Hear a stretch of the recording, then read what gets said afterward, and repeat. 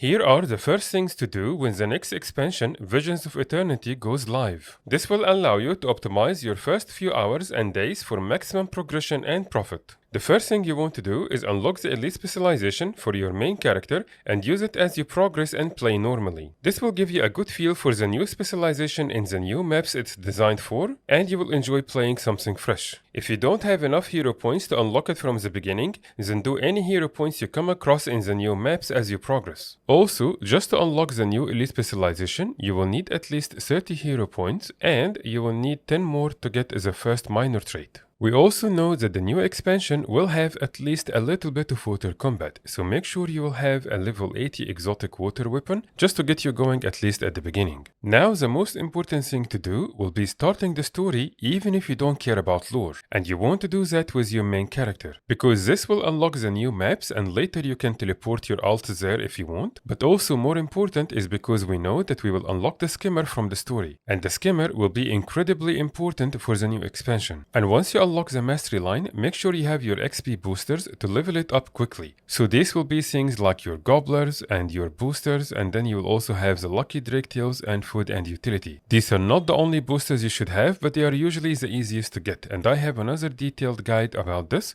I will leave in the description below. You will want to at least fully level and unlock the first two masteries. The first one will allow you to stealth when you go in and out of the water and will allow you to move faster on land. That will match potentially something like the raptor, for example. And the second mastery line will be very important because it will give you like a sonar skill, and you will be able to see some hidden chests underwater in the new maps. These will most likely be profitable at least at the beginning, and they may even be tied to some of the progression. And the first two lines will cost between 3 to 5 mastery points only, which will be very easy to get just by progressing the story and maybe interacting with a couple of mastery insights on the way. The third mastery line will not be very important, however it will be very good because then you can use it to hover a little higher with your Skimmer, especially if you are going to use it with Bond of Vigor. Even if you unlocked other mastery lines before the Skimmer, save your mastery points for the Skimmer because it will be the most important one. Once you unlock the Skimmer and its mastery line, now your progress will depend on your preference. If you want to avoid any spoilers for the story, then you want to focus on this and do it as fast as you can first before anything else. And that's because the longer you will wait, the more you are going to encounter spoilers from maybe people talking in map chat or even local chat or something. And even sometimes the meta, if you try to do it before the story,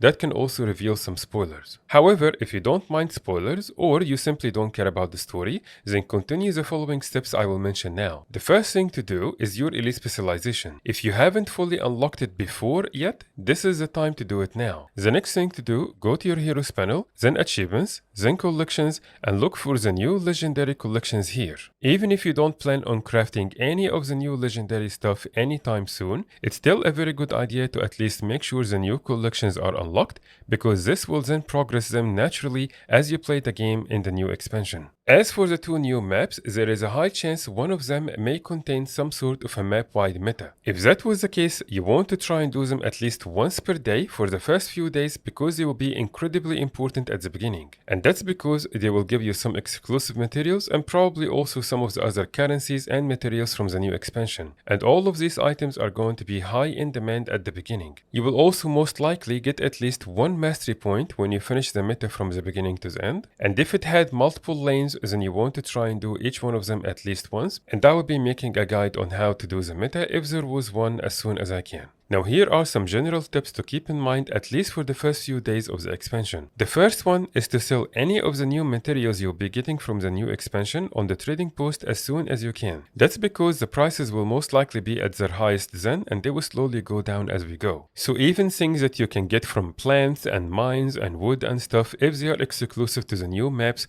you want to sell them as soon as you can on the trading post. Even if you plan on crafting the new legendary items, I will still give you the same recommendations because then you can buy the items later for a cheaper price from the trading post. Also, if you found any vendor, including the heart vendors, that sell some sort of a daily or weekly limit items, then you want to try and get them at the beginning. These limited items will most likely be needed to craft the new legendary gear, and so you can either sell them on the trading post for a high price or keep it for yourself to help you craft the item a little faster. Another thing to do is unlock all the waypoints in the new maps as soon as you can, especially if you found yourself close to one of them. And as I was was saying earlier, the new materials will be very valuable. So make sure you harvest and gather any of the new nodes that you will see on the new maps, whether they are plants or wood or mining nodes. From the preview live streams we have seen so far, we know there will be new fishing nodes in the new maps, which also means most likely new achievements and collections related to them. And so anytime you pass by a fishing node, try to catch as much fish from it as you can, because this will allow you to naturally progress through the achievements, which will then give you some very good rewards, which will be very valuable at the beginning. And to help with collecting easy mastery points at the beginning,